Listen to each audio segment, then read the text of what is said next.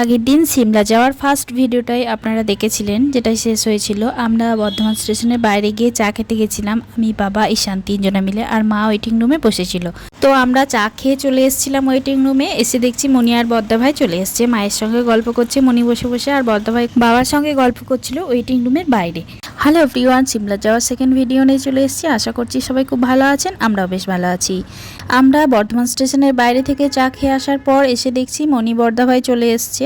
তো আসার পর কিছুক্ষণ গল্প হলো, আমরাও কিছুক্ষণ গল্প করলাম, কারণ মনিদের এই বর্ধমানই বাড়ি, খুবই ভালোবাসে আমাদেরকে, তো সেই জন্যই এসছে দেখা করতে। যাই হোক, এসছে তো কয়জন আসে বলুন, টানটা যাই হোক আছে বলেই এসছে। তো তারপর কিছুক্ষণ পরেই ওরা বাড়ি চলে গেল, আমরাও চলে এলাম ট্রেন ধরতে। এরপর আমাদের ট্রেন এসে দাঁড়ালো বর্ধমান স্টেশনে। তারপর আমরা উঠলাম, ব্যাগপত্র একটু সাইড করে গুছিয়ে রেখেছি। আর আমার বর এই দুর্গাপুর স্টেশন থেকে উঠবে, কারণ ও যেহেতু ডিউটি সেরে তারপরে উঠবে। মিষ্টি নিয়েছিল, মিষ্টি নিয়ে তারপর আমরা রাত্রেবেলায় রুটি, চিকেন কষা, আলুর দম খেয়ে ঘুমিয়ে গেছিলাম। তো আজকে হচ্ছে সকালবেলা, পরের দিন 10টায় উঠেছিলাম ঘুম থেকে। তো উঠে দেখছি এই যে বেনারসের স্টেশনে এসে দাঁড়িয়েছে। আর আমার বর একবার স্টেশনের মধ্যে নেমেছিল, তো স্টেশন থেকে বেনারসের ভাইরাল কচুরি নিয়ে এসছে। কচুরিটা কীরকম একটু খেতে, যাই হোক, মানে ওখানকার ভাইরাল, ওখানকার ফেমাস কচুরি। তো এই দেখুন কচুরিটা হচ্ছে এইরকম। সবাই মিলে একটু করে ভাগ করে আমরা খেলাম। তো এক প্লেট নিয়ে এসেছিলো, তো সবাই মিলে ভাগ করে খেলাম। আর এখানে দেখুন এই যে গঙ্গাটা, এই গঙ্গার মধ্যেই এই পাড়গুলোতে নাকি কুম্ভ মেলা বসেছিল। তো যাই হোক, কুম্ভ মেলা তো আর দেখতে পাইনি, কিন্তু জায়গাটা দেখলাম, এটাই অনেক। দেখি একবার ইচ্ছা আছে বেনারস আসার, তো জানি না কবে আসতে পারবো। তো দেখা যাক কবে টানে মা গঙ্গা। তো ওই আরতিটা দেখার জন্য বিশেষ করে আমি আসতে চাই একবার, জানি না কবে টানাবে। তো তারপর কিছুক্ষণ পরেই সন্ধ্যা লেগে গেছিলো, রাতের ডিনার সেরে আমরা ঘুমিয়ে গেছিলাম। অনেক তাড়াতাড়ি ঘুমিয়েছিলাম, কারণ আমবালা স্টেশনে ভোর 4টের সময় ট্রেনটা দাঁড়াবে, সেটাই দেখাচ্ছিল ফোনে। তো তার জন্য তাড়াতাড়ি খাওয়া দাওয়া করে আমরা ঘুমিয়ে গেছিলাম। এরপর আমবালা স্টেশনে দাঁড়ালো ট্রেনটা 3:30টের সময়। এরপর আমরা নেমে গেছিলাম। তো ওখান থেকে একটা ট্যাক্সি বুক করে আমরা চলে এলাম কালকা স্টেশনে। এই যে দেখুন কালকা স্টেশন, এখন বাজে হচ্ছে 5:30, কিন্তু 5:30টায় কতটা ঘুটঘুটে অন্ধকার দেখুন। এরপর আমরা স্টেশনের ভেতরে ঢুকে গেলাম। সবার হাতেই একটা করে লাগেজ ছিল, মা নিয়েছিল, আমিও নিয়েছিলাম, বাবাও নিয়েছিল একটা পিঠ ব্যাগ, আর সৌভিককে 2টো ট্রলি, আবার ও নিজের পিঠ ব্যাগটাও নিয়েছে। আমি বলছিলাম আমাকে একটা দাও, আমাকে কিছুতেই দিল না, ও নিজেই নিয়ে গেল।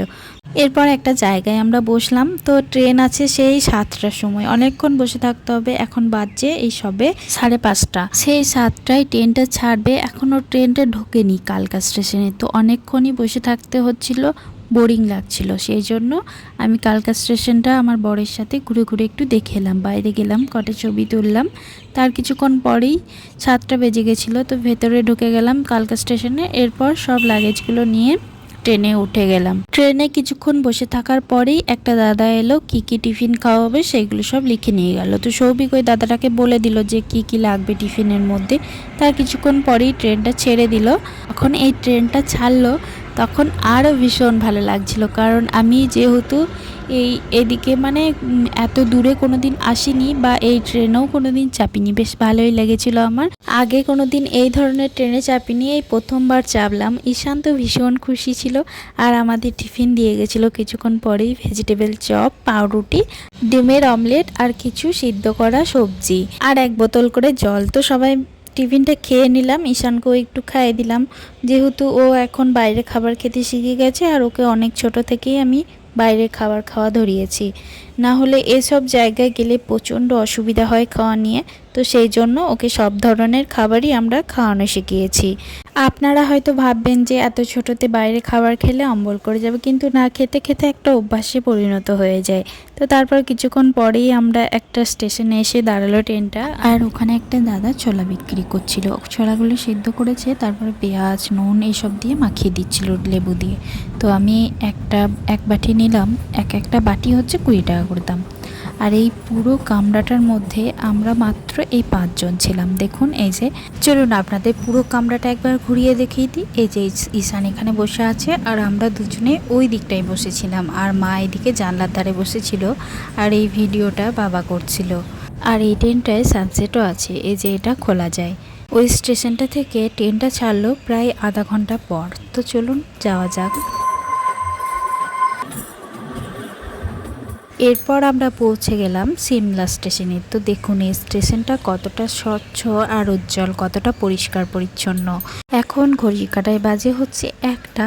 তো চলুন, আমরা যে হোটেলটা বুক করেছিলাম সেখান থেকেই আমাদেরকে নিয়ে যাওয়ার জন্য গাড়ি পাঠিয়েছে। তো সিমলা স্টেশনের বাইরে ওয়েট করছে। তো চলুন যাওয়া যাক ওখানে।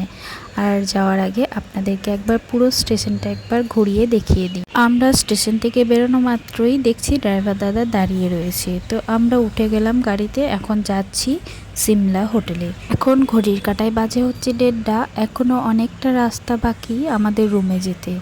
একদম সিমলার লাস্ট প্রান্তে রুমটা দিয়েছে। তো চলুন সবটা আপনাদের সাথে শেয়ার করব। আজ আপাতত এইটুকুই।